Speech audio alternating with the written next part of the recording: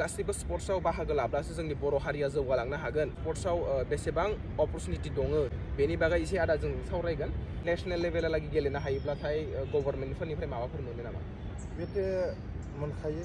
future दङ बेयाव hard work खालामनांगौ हार्ड वर्क खालामबासो बेयाव सार्टिफिकेट जानो हायो गोबां क्वालिफिकेसन नांगौ जायो ना एसेबां क्वालिफिकेसन गैयाब्लाबो जोङो बेवहाय गोसो गुदुंब्लाथाय बाहागो लानो हायो एसे फोरमायनानै होयोब्ला मोजां जागौमोन गेमाव फैनायाथ' क्वालिफिकेसननि इमान दा गोनांथि गैया आदाजोंथ' जों गोबां सावरायबाय नाथाय बिथांनि मुंखौसो जों सोंनो बावगारदों आदानि मुंखौ एसे बुंना होलाय आंनि मुङा मुस्ति धरन चन्द्र दैमारि जोङो गुबुन रायजोआव दंफैयो जों बयबो बर'फोरा बिदिनो खौसेहाय ज'नो लोगो हमलायनांगौ मिलायलायनानै जों बयबो ज' थानांगौ बेखायनो